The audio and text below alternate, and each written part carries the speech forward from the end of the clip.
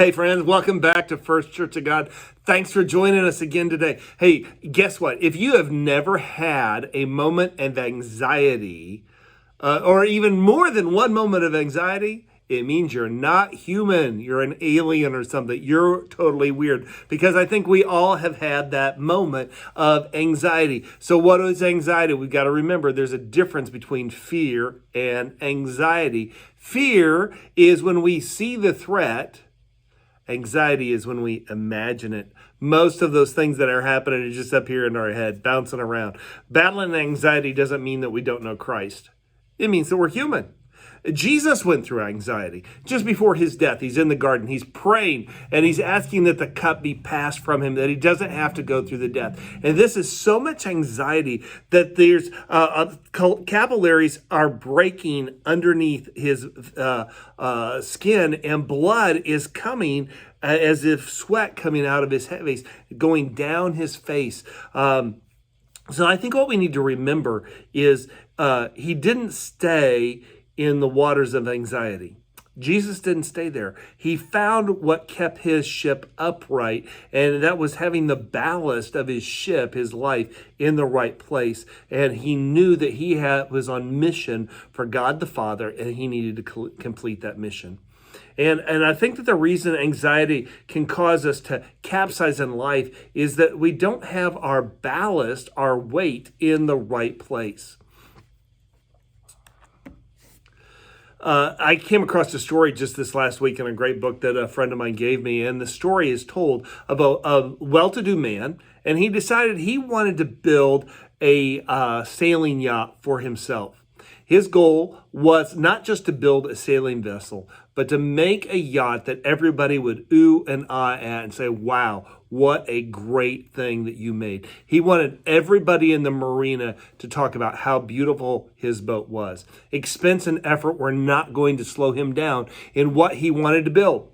He had the most elaborate sails, the most elaborate rigging. The cabin would be luxurious and comfortable. The decks would be made of teak wood. The fittings were custom made of brass. And across the stern was this name in big gold letters, Persona. As he built, he dreamed of what others would say about his boat. And the more he thought about it, the more he worked on the boat's appearance. In his mind, the part of the boat that everybody saw was what he needed to focus his attention on. But the persona, its keel and its hull, hardly was worth a thought in this man's mind. As well as he didn't think much about ballast or anything like that. So out of sight, out of mind. He was more interested in what others would be thinking and what they saw, and he didn't really think about how seaworthy it would be. While at the dock, seaworthiness is not a necessity. It was the awes and the applause of those at the boat club that pushed him to build. And the day came for the maiden voyage of the Persona. Everybody was at dockside. A bottle of champagne was broken over the bow of this yacht, and it left the dock and it headed for deeper water. There was applause, there was shouting, and the man stood at the helm with a great bit of pride in his life. In a matter of time, the Persona was nothing more than a speck in the distant horizon. Before long, the waves started to get bigger than the man knew how to handle. The wind was out of control, and it was such a strong wind the man could hardly hold on to the helm. The lack of ballast caused the boat to find its tipping point, which was not very good because it wasn't designed in the proper way. What the man lacked in building abilities, he also lacked in sailing abilities. Remember, this is a boat, not a ship. And the difference between the two are lifeboats. Because radios and rescue devices are not as attractive, they were neglected. As a result of poor planning and blind pride, the foolish man was lost at sea. And the moral of this story is a man who builds only above the waterline does not realize he has built less than half a boat. The man had truly anchored his identity in the wrong floor of the bottom of the water. Charles Cooley, a sociologist of the early 1900s, said, "A person gets their identity in life based on how the most important person in their life sees them." Now, we all know that calm water never made a sailor. And I think if there's anybody that I want to impress, it would be God the Father and not man. We understand we're going to face storms.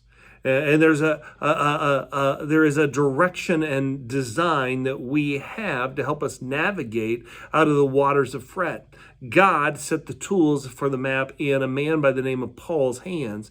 And Paul began to write these words. He says, "Rejoice in the Lord always. Again, I say rejoice. Let your gentleness be evident to all. The Lord is near. Do not be anxious about anything, but in everything through prayer and petition with thanksgiving, present your request to God. And the peace of God, which passes all understanding, will guard your hearts and minds in Christ Jesus. Finally, brothers, whatever is true, whatever is noble, whatever is right, whatever is pure, whatever is lovely, whatever is admirable, if anything is excellent or praiseworthy, think about such things." You ever done one of those graph charts to help you make a decision? I came across one that says, if it doesn't move, and it should, use WD-40. If it's not supposed to move and it is moving, use duct tape. What Paul has created is a different kind of graph or a different kind of decision tree, and something that we need to think about. So we can either sit down underneath the anxiety tree. You won't find that word in the dictionary, anxiety tree, full of wimpy branches and leaves of worry. And you're not the first to sit under anxiety tree in the world. God at one time had a prophet, Isaiah, and he went to Ahaz in Isaiah chapter 7. And Ahaz, he says, "So the hearts of Ahaz and his people were shaken as trees in the forest are shaken by the wind." Then in verse 4 of Isaiah 7, God directs Isaiah to say to Ahaz, "Be careful, keep calm, don't be afraid, do not lose heart." When it comes to this orchard, we can sit under anxiety tree, but there's another tree. And it's a tree that we get to choose to sit under. It's got some huge branches and lots of shade, and it's rooted very deep and it's very strong. It's called tranquility tree. Okay, another play on words. Won't find that word in the dictionary, but it's true. Neither tree can be used. But if you choose the tranquility tree, here's what you get used to it. You begin. How do you do it? You begin with God and you celebrate God's goodness. You turn your eyes off the problems and you do as we are instructed here. We set our eyes on Jesus, the author and the perfecter of our faith. Sooner or later, we got to it telling God how big our mountain is and start telling the mountain how big our God is. The psalmist says in Psalms 121, verse 1, "I lift up my eyes to the mountain. Where does my help come from? My help comes from the Lord, maker of heaven and earth." And then what do we read in Mark 11:23? "Truly I tell you," Jesus says, "if anyone says to this mountain, 'Go throw yourself into the sea,' and does not doubt in their heart, but believes that what they say will happen, it will be done for them." You can look at the manure patty and complain about its smell, or you can look at the cow that it came out of and said, "Man, that's going to make a good hamburger." It's a matter of where you focus. And you gain nothing by setting your eyes on the problem, but you gain everything by focusing your attention on Jesus Christ, the author and the perfecter of our faith. One of the disciples were in the boat, middle of the lake. Suddenly things are a little bit out of control. There's a storm going on, and they look up, and not only do they see a storm, they see what they think is a ghost. It's Jesus, and Jesus is walking on the water. When Jesus gets close, Peter says, "Hey, Jesus, can I join you out there?" Jesus said, "Sure, come on." And Peter is walking on the water, but what happens? He takes his eyes off of Jesus and puts them on the storm. And when his eyes are on the storm, he starts to sing. Jesus rescues him. It's a matter of where we look. God is sovereign. God is in control of our circumstances. We are more valuable than sparrows. We have been chosen by him before creation.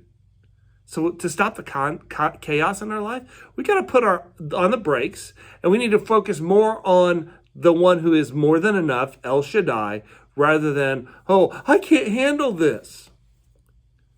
then we need to do something. So we look at how good God is. And then we need to ask God for help. Ask God for help. Celebrate God's goodness. Ask God for help. God said, call on me in your days of trouble. Now, I want these words of Jesus to resonate in your life. They have been so encouraging to me over the last several weeks. He says in John chapter 15, starting verse 5, I am the vine, you are the branches. If you remain in me and I in you, you will bear much fruit. Apart from me, you can do nothing. You ever seen a grapevine bear grapes that's not attached to the vine? Yeah, when they get to the store, they stop making more. If you do not remain in me, you are like the branch that is thrown away and is withers. Such branches are picked up, thrown into the fire, and burned. They're not burned near the grapes because they don't want the disease rubbing off on them. They take them away. If you remain in me and my words remain in you, ask whatever you wish and it will be done for you. This is to my Father's glory that you bear much fruit, showing yourselves to be my disciples. To abide would mean to cling to him and walk in obedience to him. When we obey God's word, we are becoming wise men and women. Disobedient people pay no attention to the ballast of their vessel. The Father has given us an invitation to approach God's throne of grace with boldness, with bold confidence. And he isn't going to turn us away and say, oh, go away, I don't have time for you. But we have to come before him with humility. He is our Father in heaven, and he loves for his children to come to him. You see, he has made it possible by his son's death on the cross. When Jesus died on the cross, the curtain that separated the Holy of Holies in the temple, it was split, meaning we can go straight into his presence. We walk in his presence daily because he has promised to never leave us nor forsake us. So celebrate God's goodness, ask God for help, and let's leave our concerns with God.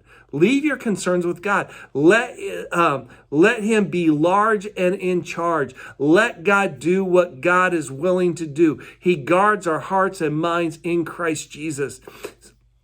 If you were to take your car to a mechanic, you don't offer to stay and help.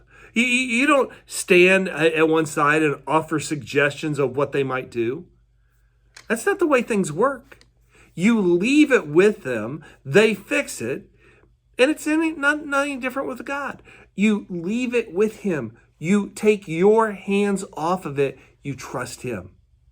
The words of 2 Timothy are to be read with the authority the Father has placed in us. He says, I know, not I've heard about or it is suggested, but I know whom I have believed in and am convinced that he is able to guard that which I have entrusted him to that day. What is it that I know that has convinced me?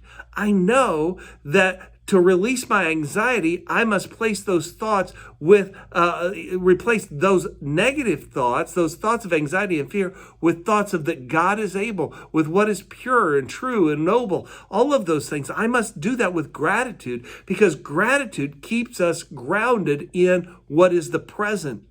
It keeps us looking on our own paper and not comparing ourselves to someone else. It keeps us from being jealous of what somebody else has. And the last part of this whole column is to meditate on the good things. Meditate on the good things. There's a principle that we need to keep in mind, and that is direction, not intention, determines destination. You've heard it said, when life gives you lemons, make lemonade. I can make myself miserable, or I can make myself some lemonade. It doesn't matter who you are or what your age is, life will give you lemons, but you don't have to suck on them. And the difference between lemon juice and lemonade is sugar. The calm of life's storm is best weathered with the right people. We are the average of those that we spend the most time with. It's a choice.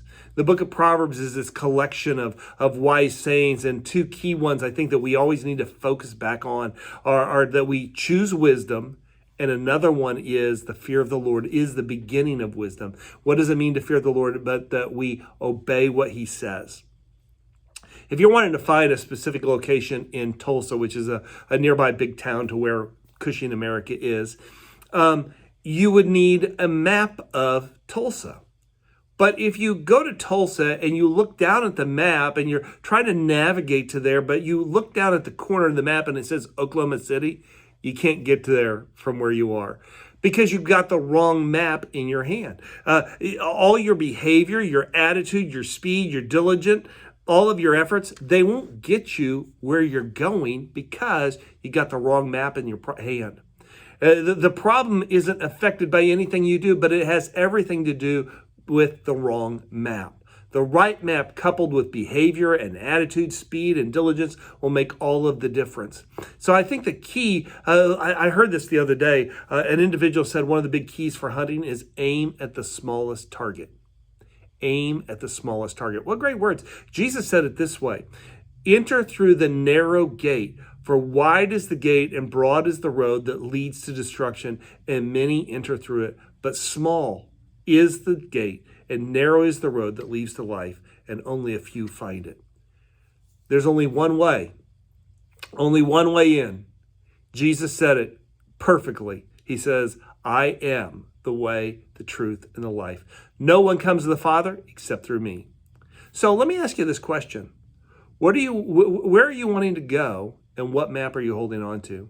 What would it look like in your life if you began addressing your anxiety and say, you are only part of my imagination trying to choke my life out? But I have life in Jesus Christ, and I have it abundantly. And you start attaching his promises and his word to every anxiety in your life, because he has promised, I give perfect peace to those whose mind is steadfast upon me. So how do we overcome the anxiety? We start looking at all of the goodness and the greatness and the power of God and all of his faithfulness throughout all generations. And we quit looking at what smells so bad. Keep stirring manure, it'll stink. Best thing to do, put the stick down and follow him, because he is the way to peace. Thanks for watching today. Can't wait to see you again soon. Bye-bye.